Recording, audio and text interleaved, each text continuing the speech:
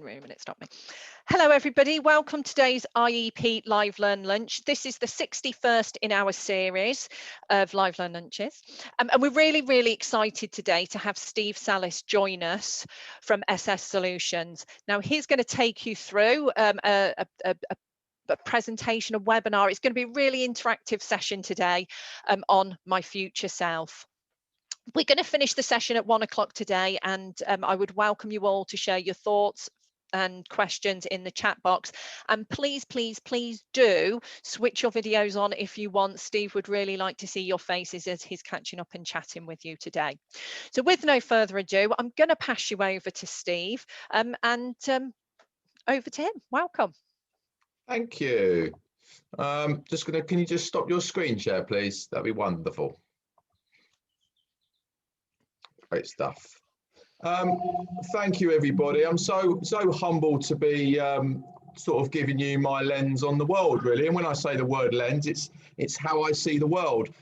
I've had a really crazy 4 years since I started my business. It's been actually probably the loneliest thing I've ever done. And people see all the glory now on Instagram and social media. They don't really necessarily know the loneliness of a business. And I never expected to say this word lonely relating to a business, because I've always been involved in either high performing schools or low performing schools or in professional football. So there's all of the glory really on that front screen. I do see what you do as very equal to me. I see you as peers rather than anything else. I worked in Fort in a London failing comprehensives for nearly 20 years. And I'm going to share a little bit about my story today, but today's not about me. It's about how I can add value to you and your knowledge. But on the bottom right of the screen, there's me on a Netflix documentary with a professional football player called Johnny Williams that plays for Wales. And on the documentary, he's saying that he feels scared to play football. And it's like, wow, it's quite a big moment for a professional footballer to admit that in the media, but also on a obviously with millions of listeners on Netflix. I suppose the reason I'm sharing this story as a starting story is that if Johnny can show his vulnerability in front of millions and millions of listeners, I can definitely do the same. And I think therefore so can we as professionals and practitioners to make sure that we sort of take our armour off. If any of you are aware of the work of Brené Brown, she talks about armour, and lots of people at work are wearing armour, and we just need to make sure as practitioners we shed our armour to make sure that we are our true authentic selves, and the people we serve and support are our true authentic selves as well. So yeah, I'm going to talk to you really about bits and bobs. I'm going to try and make this as interactive as possible. It won't be me just talking at you for an hour. I'm probably hopefully going to finish at 12:45, 12:50, and then if you can get some questions in the chat room, then don't do it now because it'll be a little bit hectic in there, and then we can have a little bit of a Q&A. Maybe you can pick my brains on some of the thoughts and feelings that you might have. So my future self project, I'm in Eastbourne tomorrow with 400 year 11s. It's hit 40,000 kids this year. And I suppose it's a precursor to really trying to get people and young kids into the workplace, but more importantly, thinking about the workplace much sooner. It's really important to know I'm just a bloke called Steve trying to help people, not a magic wand.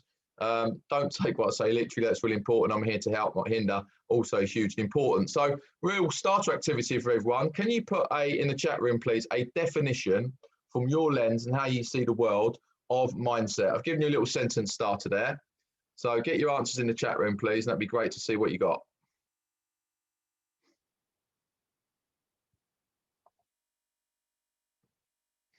Thank you, Sharon.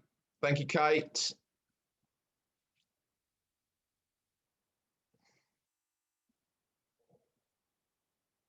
Thank you, Sylvia. Thank you, Ian. Thank you, Sarah. Thank you, Dahlia. Thank you, Suzanne. Thank you, Etheline. Thank you, Sharon. So I think, again, we've all got common trends around that. I get called a sports psychologist in the football industries these days, but I'm not. My master's degree was in educational psychology and leadership. And I'll be honest with you, everybody, it changed my life. It gave me access to a leadership toolbox I didn't even know existed. I was almost embarrassed as a vice principal that thought I was good, and then I realised I was useless by the time I met this guy called Professor Bob Burstow at King's College. That just gave me a toolbox that I didn't even know existed. So I think it's important that, again, when we look at mindset, your attitudes, your beliefs, your values, and your belief systems and how they frame you and how they mold your life. So a little bit about the My Future Self project, really. Will it thank you for having a bad diet? Probably not. Sticking to some routine, yes. Being coachable if you're a football player or a person at work, yes. Listening to new knowledge and being open-minded, yes. Being likable, yes. Not sharing how you feel, probably not. Being kind and caring, yes. So this language I use with teenagers, I use with adults. It's obvious language, but I think it really frames people and get them to really direct their own journey about where they want to go, and will your future self thank you for the decisions that you make today. So I think it's important. So in summary, what do I do these days? I help elite athletes with mindset. So I'm very, very grateful to that, but I wouldn't have been able to do that without my school experiences in South London. There's no way I would have been able to do that at all. So there's Johnny there playing for Wales, very humble, very articulate, very new school football player. That, you know, a lot of footballers get a bad press, but there's some really educated ones out there that just need a little bit of help. So this is the latest bit of glory, really. I've been on the High Performance podcast. I'm easily the least most important person to go on there. They've had some serious guests on there. It came out about a month ago. So it's really, really changed my life. It's been quite overwhelming, really sharing my story from failing my GCSEs all the way through to where I'm at now. My starting journey, though, was a football player.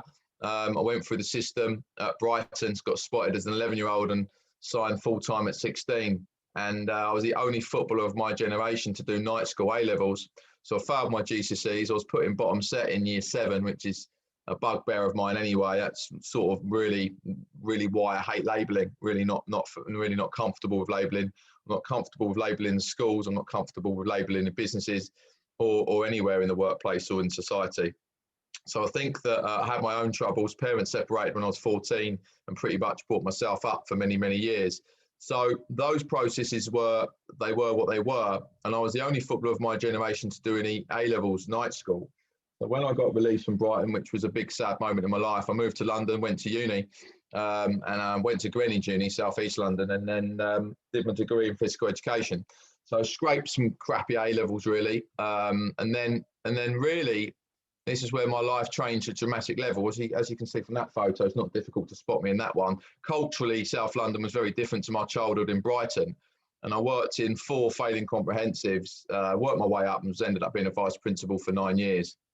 And then talk about people that change your life. They always say teachers change kids' lives, right? But on this occasion, an ex-student changed my life. So I think this is important I share this story. He texted me and he said, Salis, he said, have you seen the job going at Millwall now? I'm not a Millwall fan, I'm a Brighton fan, but I've lived in South London for 25 years. And I never thought I'd go back into pro football because I just didn't think that I would have the opportunity or the want and need to do it, because I always loved school so much. But I had an opportunity to go and work at Millwall and pretty much pick all my school strategic experiences and my sort of school improvement stuff and donk it straight into a different industry. So you're all employability specialists. So I know that transferable skills are really important, but I'm telling you a true story about how football had no strategy. And I pretty much have carved in the last 7 years my own career in professional football, all from my educational experiences, obviously football previous to that. So I think that was a great opportunity. So after 4.5 years here, I was sort of, for whatever reason, I kept getting offers to go and do guest lecturing around the world and stuff. And I was like, I had to keep turning it down because of a full-time role. So out of nowhere, I had an opportunity to work for the national football team. And that was like the biggest honour ever. But the national football team only offer you 50 days a year. So it was like, I need 315 days work. So I went for a pint with my dad and said, look, I'll be an absolute mad idiot if I turn this down. And then I had to find 310 days work a year. And that's when I started the business 3 years ago. So totally organic, total fluke, real moments upon that, and really just seizing the opportunity to make sure that I had the opportunity to work. Now, you probably don't recognise this lad if you don't follow football, but bottom left here is a boy called Jude Bellingham, who's now the 3rd youngest player to ever play for England. So I'm very, very grateful that I work with him and still do to this day. And I want to share this story about him, really. It's worth 25 million quid. He's 17 years old. He's on 75 grand a week. He's moved to Germany and he's learning to do sociology A-level and speak German and move to another country. And I just want to share with everyone that he turned up to England camp with a foam roller under one arm and a laptop under the other arm 2 hours before a meeting. And the kid's 15 and he said, Steve, how you doing?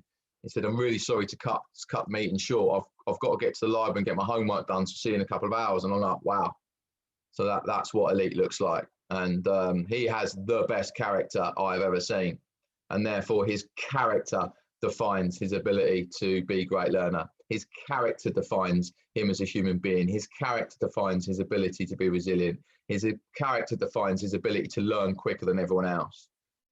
So I think people who are outside of the sporting world think it's just a little bit of fluke that these players wake up with talent. In my book, I've got a chapter called "Talent is an Overused Word." I really believe that. So I think it's hard work, great technical coaches around you, like teachers, like employability advisors, making sure you've got good technical knowledge to be able to add value to people's journeys. So I think it's important that I share that story, and he's so nice when he even messaged me on my birthday. So I think, again, being humble, we talk a lot about caliber in schools, but wouldn't it be brilliant if we did a GCSE in character development? We don't. Wouldn't it be brilliant if we did GCSEs in entrepreneurialism? But we don't. So in my book, I'm not shy in calling schools exam factories. I think schools are absolutely prehistoric at the moment, and are not suiting the modern needs of a modern environment and modern generations. So if any of you are really bored and you want some bedtime reading, there's where you can purchase my book. The book's not really about football, everyone. It's about life. I had an opportunity to really share my lens on the world. It's sold in 83 countries now, so very, very grateful. So I think the concepts that I'm going to share with you today, a lot of them are in my book. So I think it's important that I have as many questions as I do answers, because I don't have all the answers for strangers that I support and serve around the world. So it's really important that you know that. I'm not here to tell you what to do. So really just something to reflect on now. This is what I do with corporate executives and businesses, really, and even yourself. Where are you on the teamwork scale? Are you all about me, or are you all about we? I challenge this in many concepts in the book, and I challenge this also in businesses that I work in.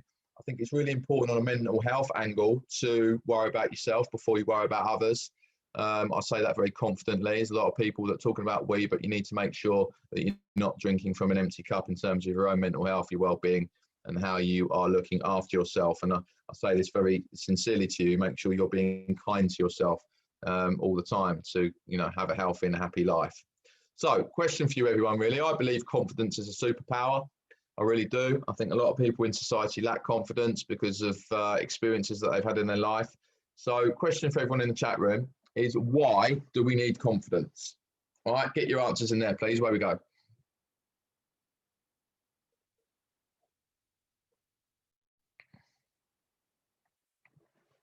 It's the actual processes of why we need it.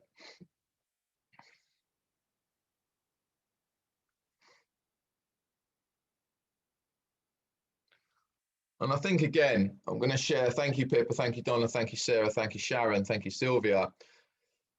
I'm going to share one morbid story with you, everyone. And I don't mean this to kill the mood, but Bristol Uni, and it's not about Bristol Uni, but in 2 years, from 2019 to 2020, no, 18 to 20, they've had 13 suicides, right? So how the heck can one uni have 13 suicides? Now, it's not about Bristol Uni, but it's about what the F are we doing in society that we're getting all of these kids to go to school, mummy and daddy say get these degree in A-levels, to then get to uni and go, I don't want to live anymore. So I think it's really important that I call it in my book, zooming out.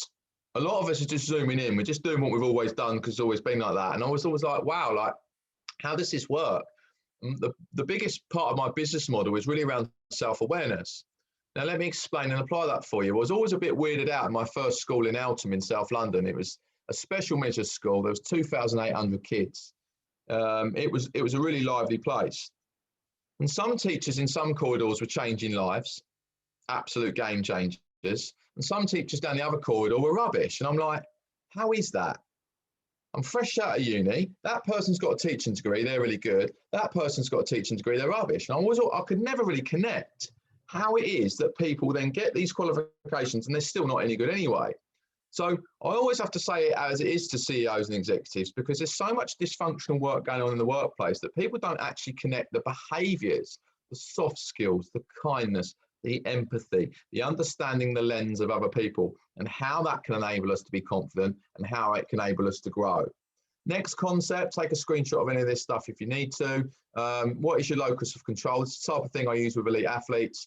So internal and external, basically not being a victim and making your own shit happen. I think that's probably the biggest thing that I can say to everyone really is the controllables. What are the things that are controllables?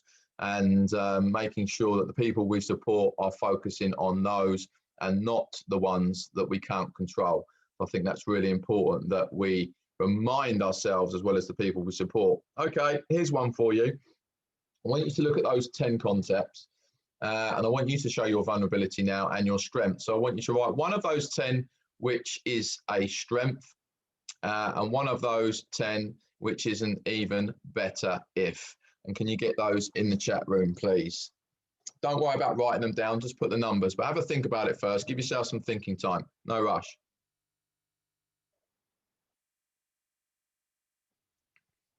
Hi, Ian, that was students. Just seen your chat.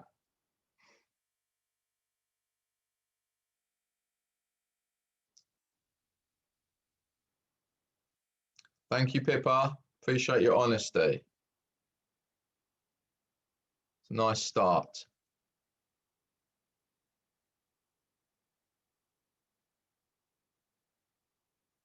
And actually, Earthaline, thank you for that. That we're talking to pro footballers at the moment about their relationships they have with money. You know, you have a relationship, the key relationship we need to have in life, everybody, is the relationship we have with ourselves, and then the relationship we have with others, but then the relationship we've had with the external stuff. Thank you, Suzanne. Thank you, Sharon. Thank you, Kate. Thank you, Catherine.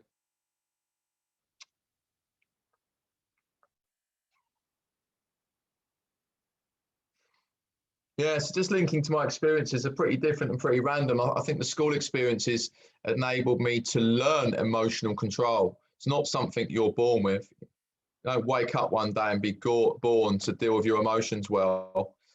You're just dealing with so much nonsense that in the end it just becomes, well, I'm going to last 5 minutes in South London if I can't, or any city really, if you can't handle yourself before you handle the kids. That is an absolute key element of being in the long game in that career. So a little bit of light-hearted. My last ever school assembly was the Year 7 girls that I felt being whingy and moany. So happy Hoover or happy hairdryer. You've got to decide which one you are in terms of that, and maybe a little bit of concept that you can use for your own children, or your own nieces and nephews, or any young people that you've got in your world. Are you someone that blows out happiness, or are you someone that sucks it up? And I think we all know people in the workplace that are like that, adult or child. So important to have a little bit of light-hearted fun, again, based around self-awareness, about thinking what we need to do to help out future self. So a little bit of fun now. Next slide is really easy, everyone. You've got to count the letter F. F for football, F for Freddie, F for fun. I'm only going to give you 15 seconds to count the letter F. And because I am experienced at knowing that everyone sees the world differently, I'm pretty much going to put a prediction that everyone's going to see something different. So count the letter F, 10 seconds, and then you're going to put your number of Fs you saw in the chat room. 3, 2, 1, go.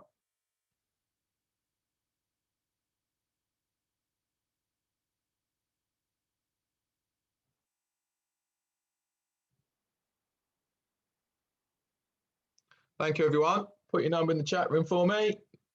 Okay, so we've got 6, 7, 3, 4, 3. I'm pretty good at predicting social science, everyone, aren't I? Now, I proved it before I even said it. Now, it's not about you being right.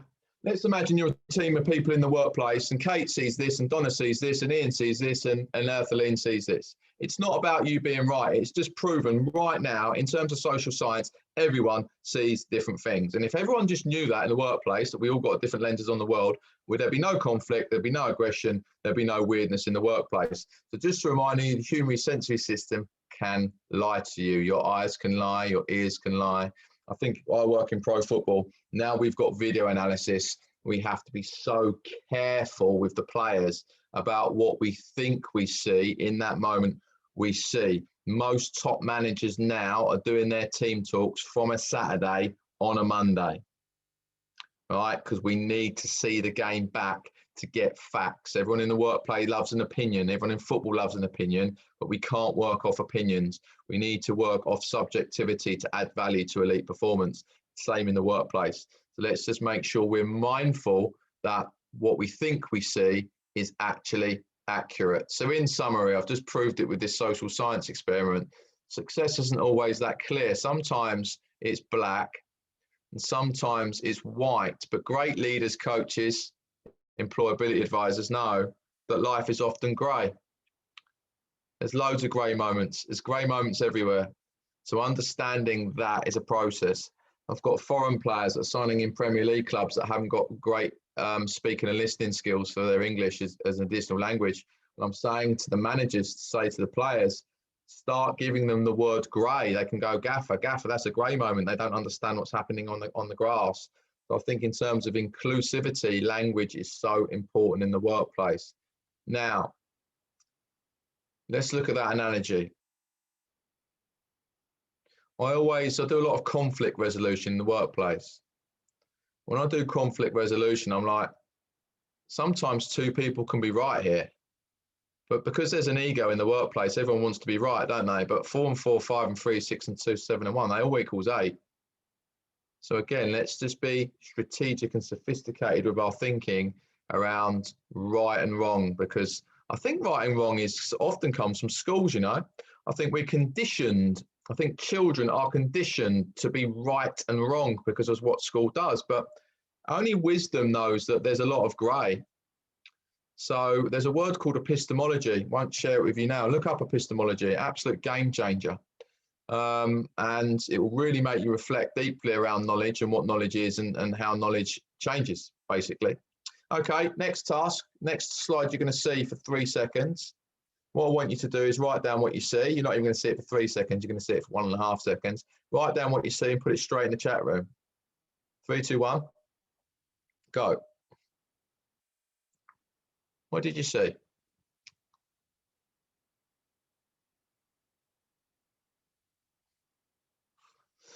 All right, have a look at the chat room, everyone. So again, social science right there.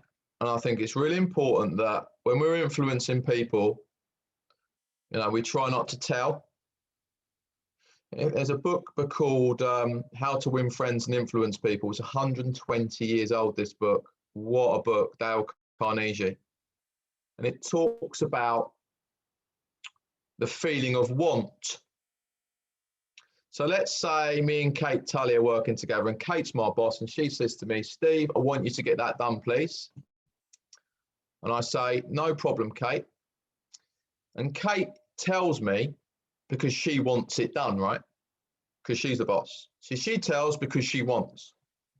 But the meaning of true influence is that when I receive that information from Kate, true influence is that I've got to want to do it when she tells. So I want you to connect again when we're communicating. What do people want to hear? Not what you want to say, what do we want to hear? And when we do team talks in pro football, all the time, the great managers are like, what do this lot want to hear today? What do they need to hear today? Not what we want to say. So flipping language, delivery and cognition around in a major way. So most of my work, everyone, is frequency and alignment. Right? That's really where I'm at with making sure there's some more sensible behaviours in the workplace, making sure people saying sensible things, and just try and make sure people say sensible things at work every day instead of trying to create emotional chaos. So that's my job in life, is to make people think. I don't have all the answers. I just have questions to stuff, and using a lot of work around metacognition, which has really been the stuff that's changed my life. So concept in the book, little boy here, it's not little anymore, is he? The boy on the right-hand side, can tell you a quick story about him. If you don't like football, don't worry, it's not about football, it's just about life. So he writes a chapter in my book called The Story of True Resilience. He's a Greenwich boy. I've known him since he was 12 from my teaching days. And I think it's important that I share this story about his journey. Here he is playing for England. There he is playing for Crystal Palace. Pippa, I'll put that word in there for you shortly. You've heard of Carol Dweck, I'm sure, growth mindset. This is the mad thing, isn't it? We talk about kids having growth mindset, all right, in schools, but then adults need growth mindset. And I work with adults that don't have a growth mindset. And I'm thinking, how can you work in education and not have a growth mindset? Like, you're in the wrong job. It's a bit weird. So again, we need to flip round pedagogy. We need to flip round research. We need to flip round science and understand that we can't educate people unless we're truly open-minded. So Ebere, at 12 years old, Arsenal said, sorry, mate, you're not good enough. And at 14, Reading said, you're not good enough. And at 15, Fulham said, you're not good enough. And at 18, Millwall said, you're not good enough. He goes on trial at Norwich, Sunderland and Bristol City, and they all say, you're not good enough. And then Queen's Park Rangers take a chance on him and they give him a contract, but it's not really a chance because the kid's like a little genius. If anyone likes football and seen him play. And 3PR sell him 18 months later for £20 million. He's now playing for Crystal Palace. He's now worth about £65 million. So again, is that fluke or luck? That resilience package he's got?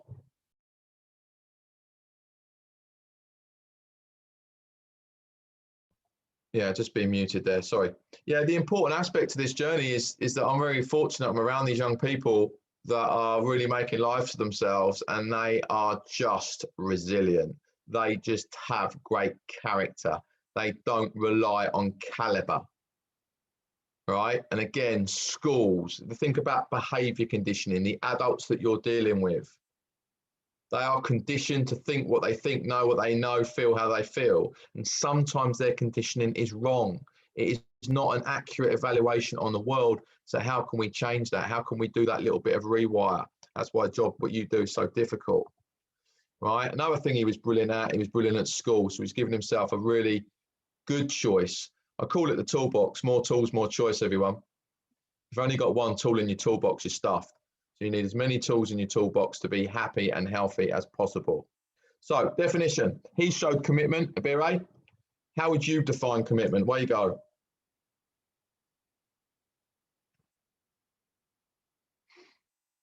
What is your definition? Thank you, Helen, for putting that in there.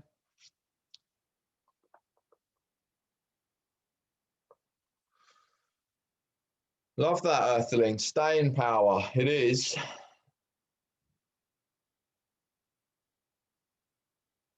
Thank you, Ian. Thank you, Maria. Thank you, Catherine. Thank you, Donna. Thank you, Suzanne. So again, you know, wouldn't it be brilliant if we did qualifications in character, but we don't. That will change. I just haven't got the time to sort it out. I will if I get time. But watch this space. 15 years time, there will be GCSEs in character and entrepreneurialism and leadership and all these things that they need to be. All right, we're changing knowledge for all its sake. So I'm sure some of you recognise Alex. She was on Strictly. She does the football commentary. She's a good friend of mine. She wrote this Instagram post to me saying that she was in the middle of the group when she was 14. She wasn't the best player. She wasn't the worst. She was in the middle. 7 years later, she's playing for England. More evidence about core values. If you haven't heard of core values, write it down. Commitment, own your shit, be responsible. It's what we use for elite athletes. Pretty much every Olympian uses core values. Right, so stuff again taken from the Olympic team. Commitment, show ownership, be responsible, and that's how you get excellence. So more advice really about the toolbox, more tools, give you more choice. Younger people, I'll call something called the mindset cake. So what ingredients you need in your mindset cake? Here we go, here's a task for everyone. Can you put down 3 things that you think are the most important things, ingredients that you would put if you were to create a mindset cake? What would you put in there? And in fact, I'm going to give you a higher order thinking here question here. I want you to put those 3 things in order of importance. 1's that, 2's that, 3's that. What would you include in your mindset cake? Away you go.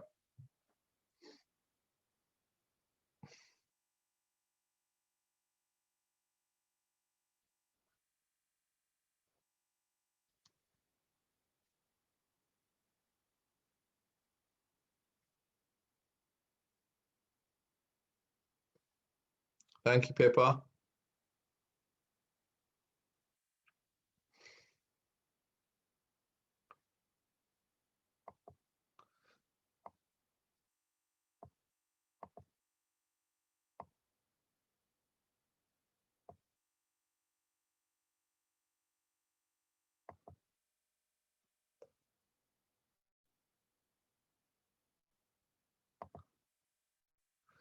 Thank you, everybody. Some nice answers. Don't worry, Donna, it's normally me. Didn't even notice. Thank you, Mariam. Thank you, Andrea. I like that one, Andrea. I like clarity. Clarity about where you want to go. Clarity about who you are. Clarity about your belief systems. Clarity about the world around you. Clarity about where you stand and what you want your life legacy to be. So that's great, good stuff. So in the book, I say without self-awareness, you're basically stuffed. I don't know if you talk about self-awareness in your job with your people that you support and serve, but without it, I don't think anyone can change. I don't think anyone can change. So here's a good quote for you. If you don't know about critical thinking, higher order thinking, I urge you to look it up. Absolute game changer. Young people need the ability, old people need the ability to be able to think critically. So in schools, we'd call it higher order thinking. Right, so we'd have sets of high order thinking questions to get you to think and not have the answers, which are, again, black and white. Okay, not going to touch on resilience. We know how important that is. Work like I do in clubs. You could ask this to your people that you serve, I reckon. What's the difference between a team and a group? And ask them to how they would fit in to a team or a group, and what the differences and the characteristics are. Because most employers that I know want a we mentality, not a me mentality. So that's not always the case, but something, again, to reflect and think about. So which mindset are you? When it comes to football context, I'm just going to share this with you. I do lots of traffic light systems with players. Green super strengths, if you haven't heard that language before. Super strengths. What are you brilliant at? What are you getting paid for? What is your X factor qualities? Amber's the things that you're okay at, and red's the things that you're rubbish at. And we break that down into something called the 4-corner model: technical, tactical, physical, psychological, that pretty much covers everything in elite sport. I use this with boxers. I use this with golfers. I use this with elite tennis players. I use this with lots and lots of people as a very simple but effective task to get the best out of people. So that would what be included in a RAG rating. There's another million things, by the way. So it's very basic RAG rating. There'd be about 100 things that would go in a footballer's RAG rating in the 4 corners. Right? RAG ratings are standard things from schools, been using those for years, but a very good self-awareness task to get people moving and get them going. All right, marginal gains, I'm sure you've heard that language before. 1%ers. So I ask players that I work with, ask CEOs that I work with, what are your 1%ers going to be this week? Write down 5 1%ers. So here we go. Here's apply this for everyone. What 1%ers have you applied this week in your lives? Right, get down a couple. Well, being on here, actually, well done to all of you for actually listening to my nonsense. But yeah, that is a marginal gain, isn't it? Everybody knows more than somebody.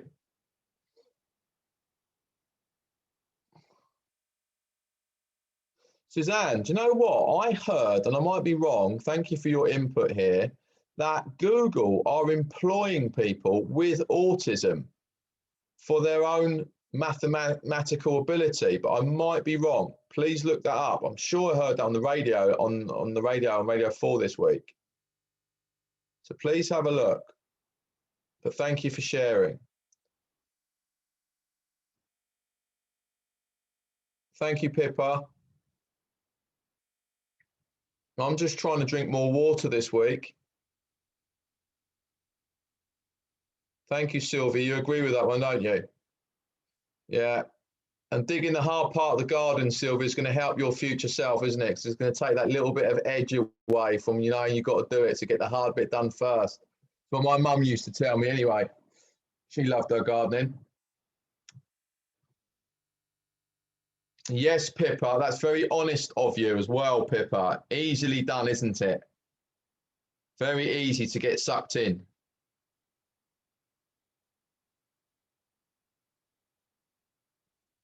Yeah, also important, Suzanne. I sometimes assume that myself as well. But again, that's why I say everyone knows more than someone. So we've got to be collaborative in our approach to society, to life, to development, to people. And that's why inclusion is so important. You know, inclusion in terms of different genders and giving different lenses on the world, different ethnicities, and just understanding society at a bigger level is a challenge for us all, you know. And again, when I say zooming out, Suzanne, your point about autism, you know, I've got experience of it, a lot of it, but I wasn't ever really an expert in it. And in schools, we would have to go to the SEN department, speak to the head of Senko to give us that advice, because I just, you know, how many things can you be good at? And without those experts, we were always in trouble, because they were the ones that were telling us what to do, basically, if that makes sense. So yeah, again, just more alignment on that. 1% marginal gains, just another reminder. You know, you might not use this language with your cohort people that you serve, but maybe get them to write 1% lists, you know, and evaluate that from session to session. Just trying to make all of my work applicable to you, really. Talent commitment, got this in my book. Footballers are famous for having talent, and the ones that disappear off the face of the earth have no commitment. All right, and the ones that hang around have commitment. So are you someone that's high in talent, low in commitment, or high in commitment and low in talent, or high in talent and high in commitment? Then you're going to have a good life. So here's a good slide for you. Have a look at this one. Again, concepts. I'm not telling you what to do here, just concepts.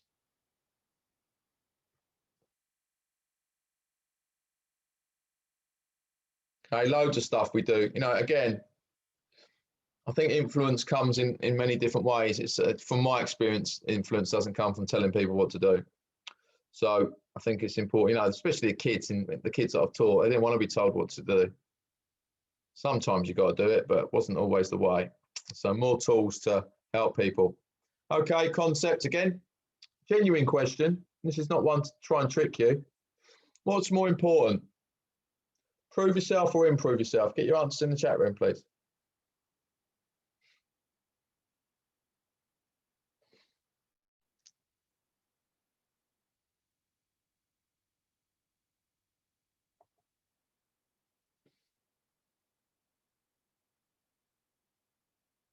And again, of course, it depends totally on context. But a lot, when I put this to people, there's you know, people are still standing up saying prove, and I can't disagree, because that's how they see the world, right? So the problem with football, right? I'll keep going on about football, but let me just explain football. Every single Saturday, you've got to prove yourself. Every week. If you're an Olympian, you've got to prove yourself every 4 years. How tough's that, by the way? So you get one shot every 4 years. So that means you're just building up to this crescendo of absolute emotional chaos, and you get one hit at the Olympics. So again, using that in business, using that in your work, giving concepts, getting people to think, wow, how is prove or improve? This is a question or an answer. Is it relevant to certain business sectors? I don't know, by the way. All I know in football is that every Saturday the players have got to prove themselves. And therefore, Monday to Friday, they've got to improve. Right? But it's very difficult when we've got technical to do, tactical to do, psychological to do, and they've got to get their rest over 46 games a season. So, yeah, concepts. Again, not answers, just questions that may help you do your job better. I'm hoping you've seen that picture, everyone. It's an absolute world-class picture. I'm a big believer for children, visuals should be in schools. It should be on kids' walls. It should be on kitchen tables. It should be on the fridge, affirmational stuff. All right, kid comes home. Kids used to come into my office at school. They go, sir, I've got a problem. Can you help? I'll go, come back to me in a day's time. Give yourself some thinking time. All right, always want to help people immediately, don't we? Always want to do it because we care, but it's not always the right way to do it.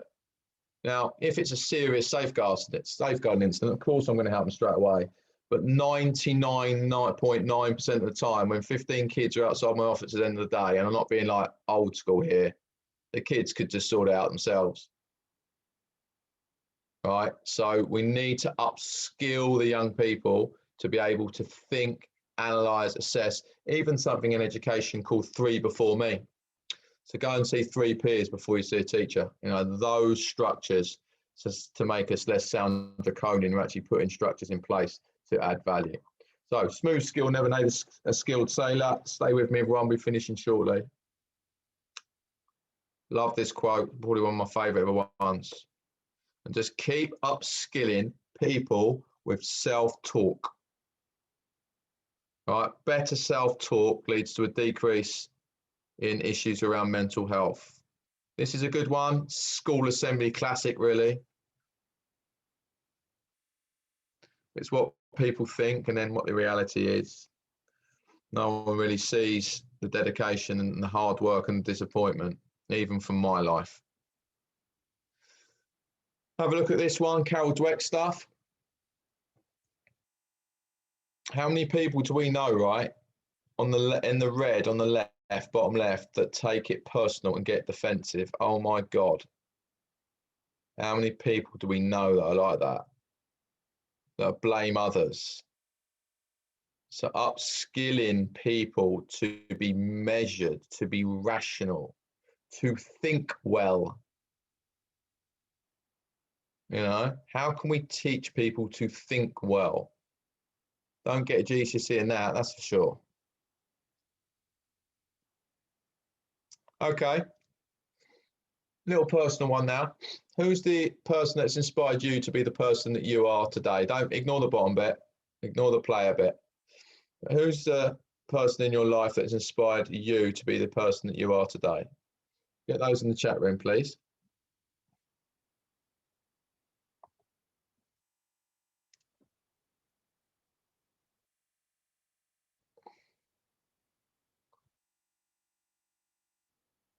It's really nice answers, everyone. My mum and dad as well. My brother, loads of people. So yeah, but one of these people, yeah, all these people are so important to us. Thank you, Suzanne. It's very beautiful. Yeah, Earthling, I think we need a little bit of luck on that journey, don't we? People that you meet, especially people at work. I've got so many good teachers that I've worked with. I always say this. I worked at a school in South London, right? I had 15 PE teachers. It was the biggest comprehensive in London. And 14 of those PE teachers were X Factor good, right? Now I'm around in the PE department. It's quite close. You know, you see people operate and see people work. And I always think to myself, that was 14 people that I mirrored and copied that conditioned me to condition myself to then behave in an appropriate professional way for the rest of my life. And I think to myself, imagine if I'd gone to a school with 3 PE teachers. You know, I'm losing out on 80%, 12 other people. That's 80% of quality around. So we do need that little bit of luck to make sure that we are aligned with our conditioned behavior about what we think is good is actually good. It's only when I went to my second school, everyone, that I realized that the PE department there were rubbish.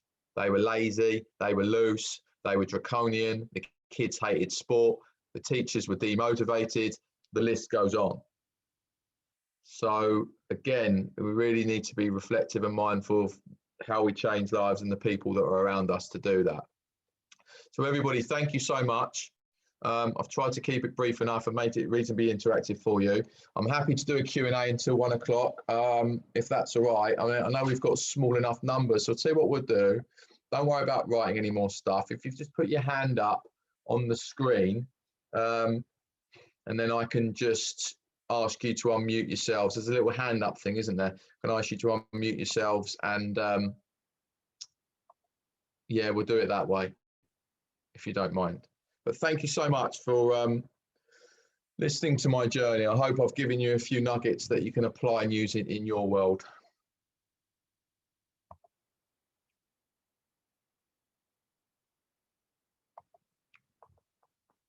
We'll check that. Thank you, Catherine. Thank you, Donna. Appreciate that.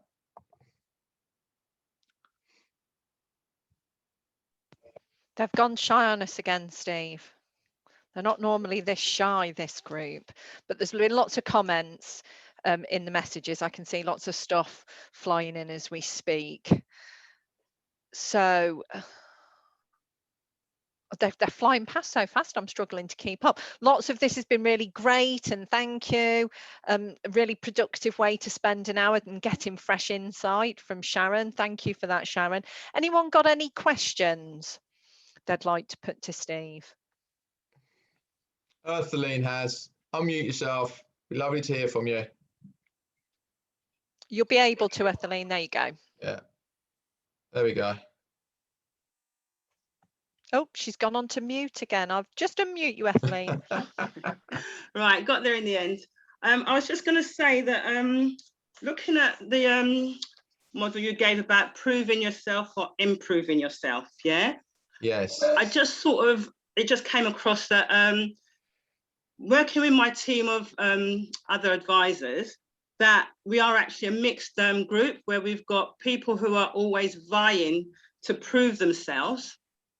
Yeah, and then there's others that are trying to improve themselves by sharing the knowledge.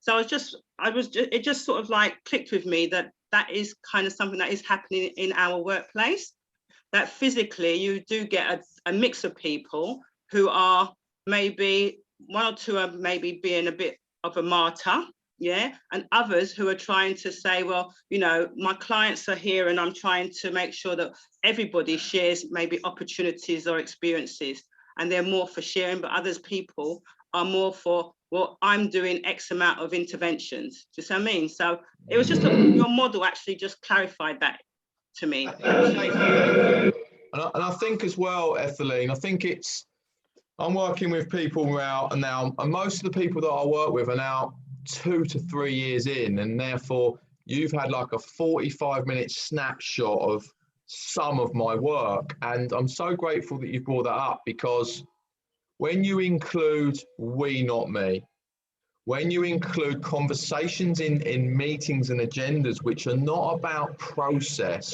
they're not about outcome, they're about process. So the outcome for you at the moment, Etheline, and I see this in lots of workplaces, is the outcome is loads of people behaving like they behave. That's what it looks like. But if we strip that back and start maybe, you know, be brave on the next agenda. Let's put prove or improve on there. Let's put we, not me on there. Let's have conversations about behaviours, and not conversations, not in a rude way to your business, not even football. Just to let you know, Etheline, I've gone into AFC Wimbledon, and we were bottom of the league when I joined 2.5 months ago.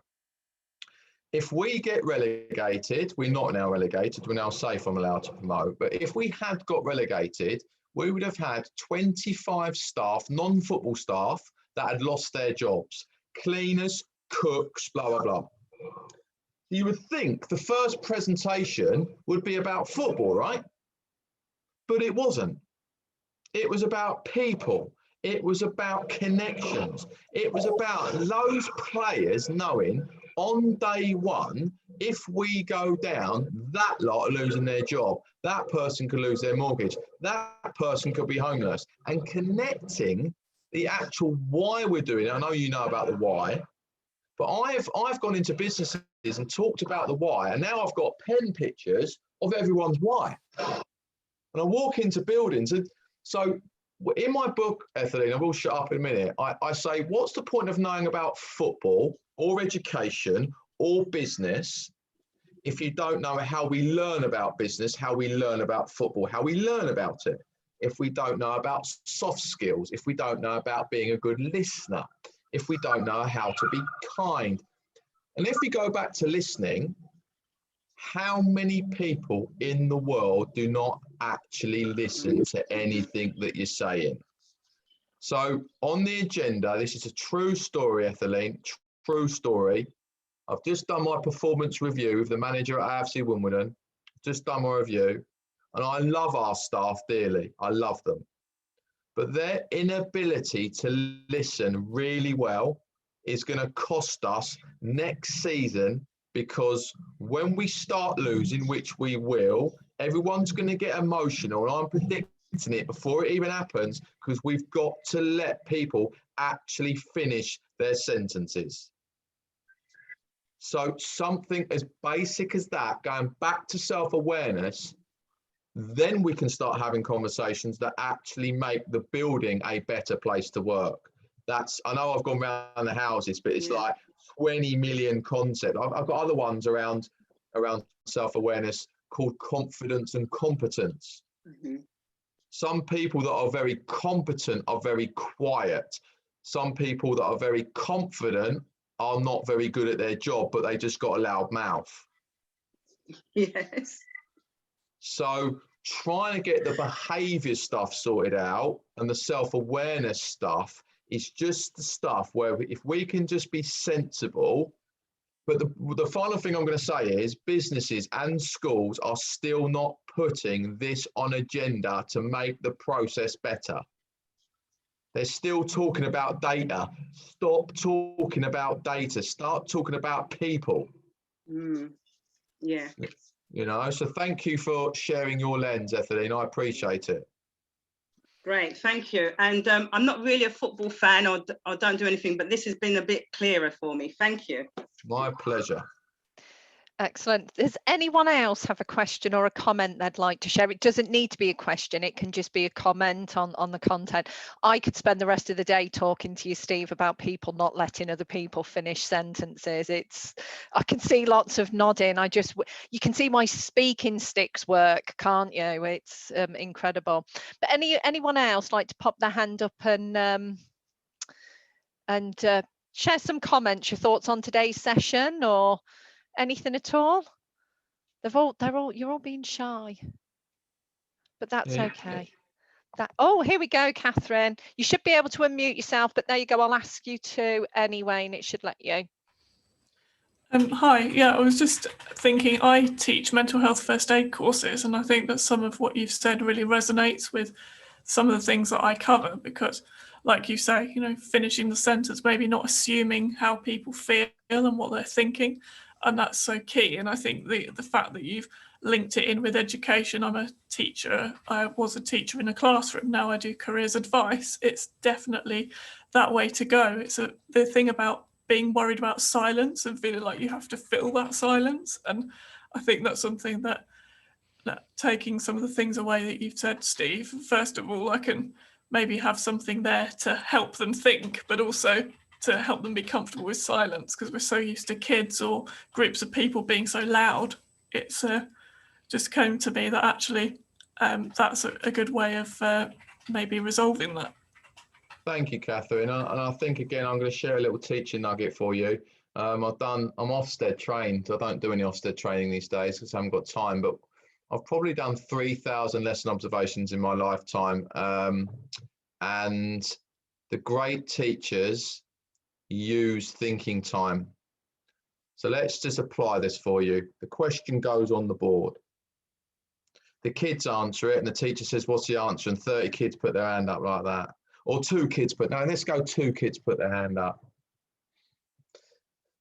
And one of the teachers says to the kids, Sally, what's your answer? And Sally gives this world-class answer, everyone. It's got everything. It's got every single meat to the bone you can possibly imagine. And the teacher's feeling really proud of themselves because Sally's giving this amazing answer. But when you do Ofsted training and you become wiser about education, there's 29 kids sitting in that class, and you haven't got a clue as a teacher whether they know it, whether they sort of know it, whether they don't know it. So I'm just going to apply this for you. Question goes on the board. Let's say I'll give you a question. Name the 4 functions of the skeleton for a GCSE PE question. I'm going to give you 60 seconds in the back of your book to think about the 4 functions of the skeleton. Some kids may write 1 answer. Some kids may write no answers. Some kids may write 3 answers. Some kids may write all 4 answers. Straight away, we've got self-assessment going on because I've hit every learner. Just because I've given them something as simple as thinking time. We could then do a plethora of things with that. We could go then, we call it, in my book, I've got a concept called think, pair, share, square. So think about it. Pair share means talk in 2s. Square means go from 2s to 4s. And the reason we want to do from 1s to 2s is because a lot of children struggle to speak up in class. But then when we go to conferences, guess what? Adults struggle to speak up in a conference. because they're conditioned from their school days to think, flipping out, I don't like that. That's a bit weird. That's what happened when I was at school. So therefore, all of these subliminal processes around think, pair, share, suddenly children can get to speak quietly to each other.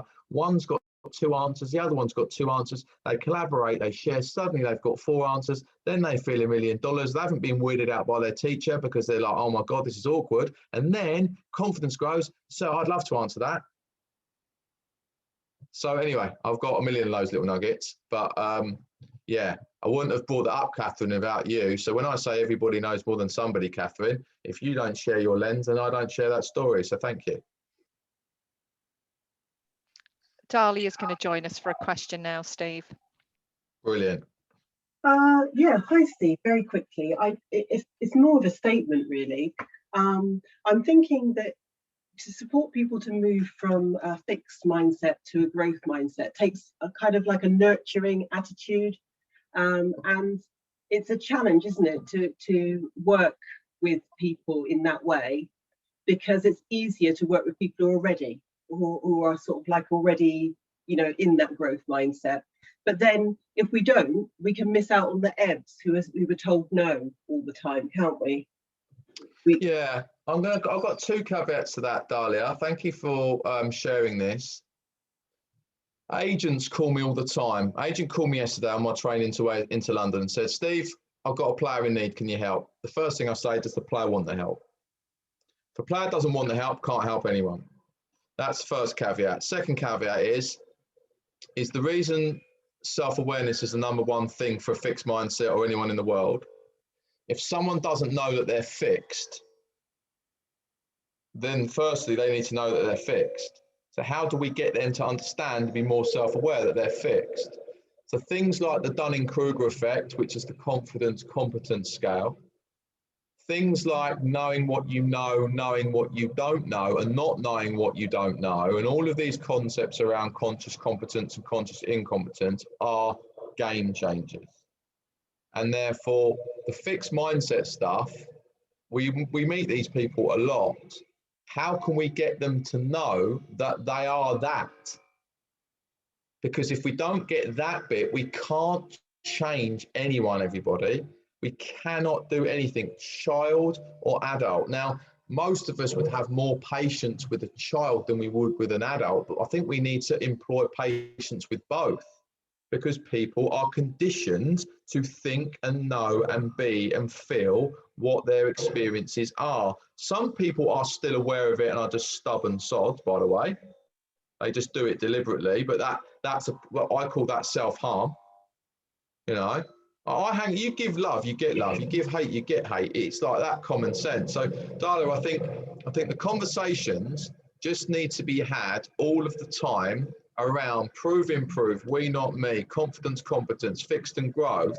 And then in the end, particularly in a working culture, it's probably different one-to-ones in terms of mentoring, but in a working culture, because I've worked in 4 failing schools and made them less failing with loads of great people, by the way, it's not me, it's we. In the end, the fixed mindsets, Dahlia, they get ostracized by themselves, because everyone's on the bus of cultural change. And they're like, if they're not getting on the bus, then in the end, they ostracize. And you can only help people so far, particularly adults. So in the end, when they ostracize themselves, without saying the obvious, when you're in school improvement, I'm not being draconian, but they've got to go somewhere else, haven't they?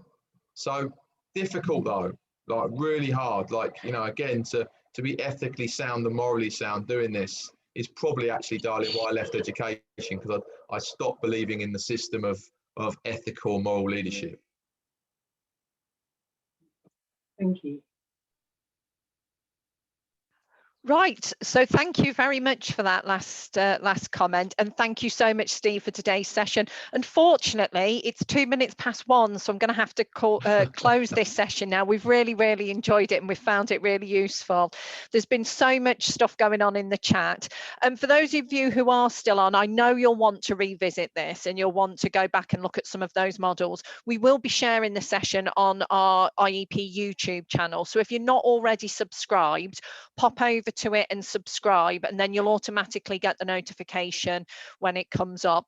I know that Steve's really, really busy at the moment, but I'm hoping at some point in the future we can tempt him back to do another session with us when time allows. So I will do my best to keep you all informed about that. But thank you all for your time today. Thank you, Steve, for that. It was fantastic. I will be picking your brains about some of those things moving forward. And I look forward to seeing the rest of you on next week's IEP Live Learn Lunch. We have the RNIB coming back next week for the next in this series of Seeing Opportunity, where we'll be looking at how we can support people with sight loss in the interview. So they'll be sharing their tips and expertise on supporting in that way. So thank you once again, everybody, and I look forward to seeing you again very soon. Bye-bye. See you, everyone.